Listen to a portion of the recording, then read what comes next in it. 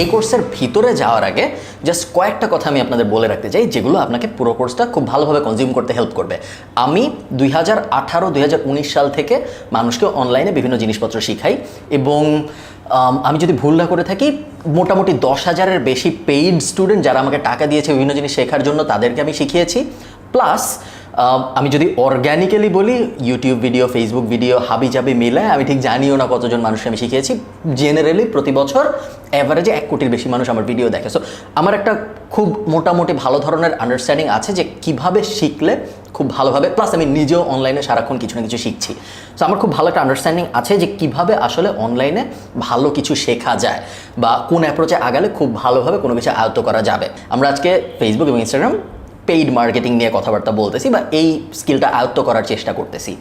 আপনি যখন মার্কেটিং শিখবেন, আপনার খুব ভালোভাবে একটা জিনিস মাথায় রাখতে হবে যে স্কিলটা না স্ট্যাটিক স্কিল না।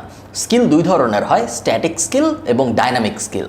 স্ট্যাটিক স্কিলের মানে হইল আপনি একবার শিখবেন, খুব বেশি পরিবর্তন হবে না, এবং ওই সেম নলেজ আপনি মোটামুটি আপনার সারা জীবন চালায় নিতে পারবেন। যেমন ধরেন আপনি যদি গিটারের বেসিক শিখেন, আপনি যদি এরকম অনেক স্কিল আছে, আপনি যদি ম্যাজিক শিখেন, যেগুলো আপনি যদি একবার ফান্ডামেন্টাল শেখেন, খুব বেশি চেঞ্জ হয় না ইন্ডাস্ট্রিতে। নিউ ট্রিক্স অবশ্যই আসবে, নিউ গান আসবে, নতুন গানের নতুন কর্ড প্রোগ্রেশন সিস্টেম ট্যাবুলার আসবে, বেসিক সেম থাকে এবং খুব বেশি চেঞ্জের মধ্যে দিয়ে যেতে হয় না।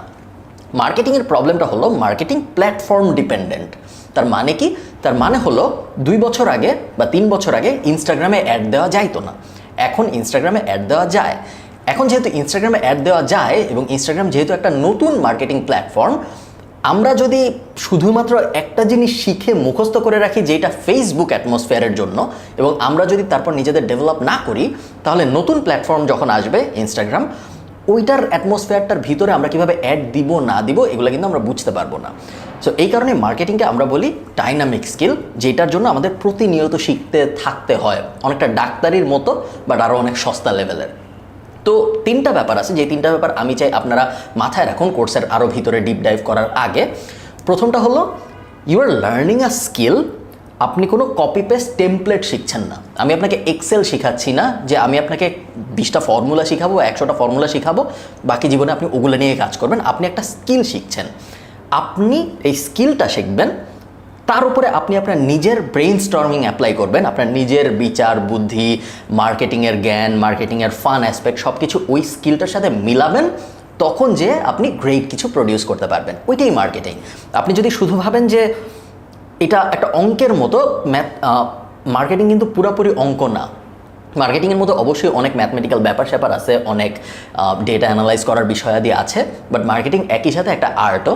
সো ডেটা, ওই অঙ্কর সাইডটা প্লাস আর্টের সাইডটা, দুইটা যখন খুব সুন্দর করে আমরা মিলাতে পারবো, তখনই আমরা খুব ভালো একটা মার্কেটিং আউটপুট পাবো, যেটা মার্কেটিংয়ের গোল। যখন আমরা সোশ্যাল মিডিয়া মার্কেটিং শিখছি, যখন আমরা ফেসবুক ইনস্টাগ্রাম পেইড মার্কেটিং শিখছি, আমাদের গোল কি? আমাদের গোল হইল নিজেদের জন্য বা নিজেদের ক্লায়েন্টদের জন্য বেস্ট আউটপুট দেওয়া। আমাদের যে গোলস থাকবে ওই গোলসগুলোর এগেনস্টে আমরা কোর্সের আরও ভিতরে যত যাবো আমরা আরও শেখার চেষ্টা করবো যে গোল কী জিনিস, গোল কেমনে সাজাতে হয় ইত্যাদি ইত্যাদি।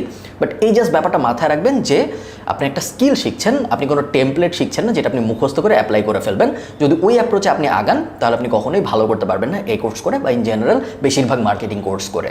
সেকেন্ড পয়েন্ট হইল ডিজিটাল দুনিয়াটা না প্রত্যেক দিন চেঞ্জ হয়, এবং এই কোর্স তো আমি এখন রেকর্ড করতেছি। তো এই কোর্স রেকর্ড করে আমি বাসায় যাব, তার মধ্যে নতুন কিছু এসে যাবে, এবং এইটা কখনোই সম্ভব না কারো পক্ষে। ডিজিটাল মার্কেটিং এখন মাস্টার্স হয়, আমি নিজে ডিজিটাল মার্কেটিংয়ে মাস্টার্স করেছি।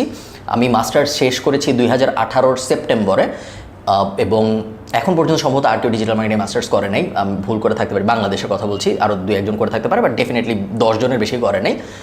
2018-তে আমি যখন ডিজিটাল মার্কেটিংয়ে মাস্টার্স শেষ করেছি, করে আমি আমার এজেন্সির কাজকর্ম শুরু করেছি ডাবলিনে, এর মধ্যে হাফ জিনিস চেঞ্জ হয়ে গেছে, এবং একদম লিটারেলি চেঞ্জ হয়েছে। আমি এক্সাম্পল দিয়ে আপনাদের দেখাইতে পারবো কী কী চেঞ্জ হয়েছে। একে তো ডিজিটাল মার্কেটিংয়ের বিভিন্ন স্ট্র্যাটেজি চেঞ্জ হয়েছে, বিভিন্ন ল চেঞ্জ হয়েছে, তার উপর নতুন নতুন প্ল্যাটফর্মও চলে আসছে, যেগুলোর ব্যাপারে আমরা যখন ডিজিটাল মার্কেটিংয়ে মাস্টার্স করেছি আমরা জানতামই না এই ধরনের প্ল্যাটফর্ম আছে। অনেক সময় নামই চেঞ্জ হয়ে গেছে বিভিন্ন জিনিসপত্র। আপনারা তো জানেন যে ফেসবুকের নাম মেটা হয়ে গেছে, এটা সবাই জানে, এটা এমন আহামরি কিছু না। বাট আমরা জানি যে গুগল অ্যাডের নামও চেঞ্জ হয়ে গেছে। ওরা আগে বলতো অ্যাডওয়ার্ডস, তারপরে ওরা বলা শুরু করলো গুগল অ্যাড, এখন ওরা বলে অ্যাডস। সো এই যে এত চেঞ্জ, এই চেঞ্জগুলোর ব্যাপারে না আপনার নিজের স্বপ্রণোদিত হয়ে কেয়ারফুল থাকতে হবে যে আমি এই চেঞ্জগুলোর ব্যাপারে যেন ওয়াকিবহাল থাকি। আমি যদি না জানি কী চেঞ্জ হচ্ছে এবং আমি যদি জানার চেষ্টা না করি কী চেঞ্জ হচ্ছে, তাহলে আমি খুব তাড়াতাড়ি অবসলিট হয়ে যাব। এবং এটা আমি আপনাদের আগেই সতর্ক করে দিতে চাই এই ভিডিওতে যে এটা কখনোই সম্ভব হবে না যে নতুন একটা জিনিস আসবে সাথে সাথে ওইটার এগেনস্টে একটা কোর্সের নতুন ভিডিও আসবে। আপনার নিজের অ্যাক্টিভলি পুরো ইন্ডাস্ট্রিটা মনিটর করতে হবে, তাহলে আপনি একজন প্রপার সোশ্যাল মিডিয়া মার্কেটার বা ইন দিস কেস ফেসবুক এবং ইনস্টাগ্রাম অ্যাড এক্সপার্ট হইতে পারবেন। থার্ড পয়েন্ট, কিছু ব্লগ আছে এবং কিছু ওয়েবসাইট আছে যেগুলো আসলে আপনার ফলো করাটা অত্যন্ত জরুরি যদি আপনি খুব ভালো পেইড মার্কেটার হতে চান। আমি কখনো বলছি পেইড মার্কেটার হতে চান, কখনো বলছি ফেসবুক এবং ইনস্টাগ্রাম অ্যাড এক্সপার্ট হতে চান, কখনো বলছি মেটা এক্সপার্ট হতে চান। সব কিছু দিয়ে আমি সেম জিনিসই আপনাদের বোঝাতে চাচ্ছি। ফেসবুক এবং ইনস্টাগ্রাম মার্কেটারকে বিভিন্ন ভাষায় ইন্ডাস্ট্রিতে বলা হয়, আমি এক এক সময় এক এক টার্ম ইউজ করছি। সো কিছু ব্লগ আর কিছু ওয়েবসাইট আছে, ঠিক এই লেসনের পরের লেসনেই আপনি ওই ব্লগের লিস্টগুলো পেয়ে যাবেন এবং ওই ওয়েবসাইটগুলোর লিস্টও পেয়ে যাবেন। ব্লগ বলতে মূলত সাধারণত বলা হয় রিটেন ফর্মে লং ফর্ম কন্টেন্টকে অনলাইনে, আর ওয়েবসাইট তো ওয়েবসাইটই। কিছু ইউটিউব ভিডিও আছে, কিছু পডকাস্টও আছে। পরের লেসনে সব কটার লিস্ট দেওয়া থাকবে।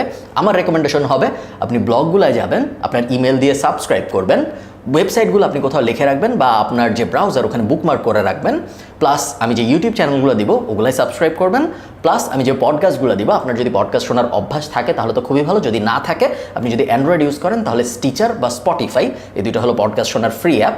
আপনি যদি অ্যাপল ইউজ করেন তাহলে আইটিউনস অথবা স্পটিফাই আপনি অ্যাপেলে ইউজ করতে পারেন, অথবা অ্যাপেলে আরও অন্যান্য অনেক অ্যাপ আছে যেগুলো ব্যবহার করে আপনি আসলে পডকাস্ট শুনতে পারেন। যেখানেই আপনি শোনেন সব পডকাস্ট সাধারণত সব জায়গায় অ্যাভেলেবল থাকে। ইকোসিস্টেমের ভেতরে চলে যেতে পারাটা খুব বেশি জরুরি। সো যেই পুরা লিস্টটা আমি দিব চেষ্টা করুন প্রত্যেকটায় কোনো না কোনোভাবে সাবস্ক্রাইব করতে এবং প্রত্যেকটায় প্রত্যেক সপ্তাহে মিনিমাম একবার হলেও যেতে। এতে করে যেটা হবে অ্যাটলিস্ট প্রথম 6 মাস এটা করার চেষ্টা করুন। এতে করে আপনি খুব সুন্দরভাবে নিজেই বুঝে যাবেন যে এই ইন্ডাস্ট্রিটা কোন পেসে মুভ করে, কোন পেসে মুভ করার জন্য কি করতে হয় বা কোন আপডেট আসলে পুরো ইন্ডাস্ট্রি কীরকম রিয়্যাক্ট করে, কখন অ্যাডের বাজেট বাড়ে, কখন অ্যাডের বাজেট কমে, ওইটার কারণে আপনার নিজের যে ক্যাম্পেইনগুলো চলতেছে ওগুলোর উপর কীরকম ইম্প্যাক্ট পড়ে, সব কিছু আপনি বুঝে যাবেন যদি আপনি এই যে রিসোর্সগুলো এগুলো ব্যবহার করতে পারেন, এগুলার ব্যাপারে অ্যাওয়্যার থাকতে পারেন। জাস্ট এই ব্যাপারগুলো মাথায় রাখবেন। আপনাদের সাথে আমার দেখা হচ্ছে পরের লেসনে। টাটা।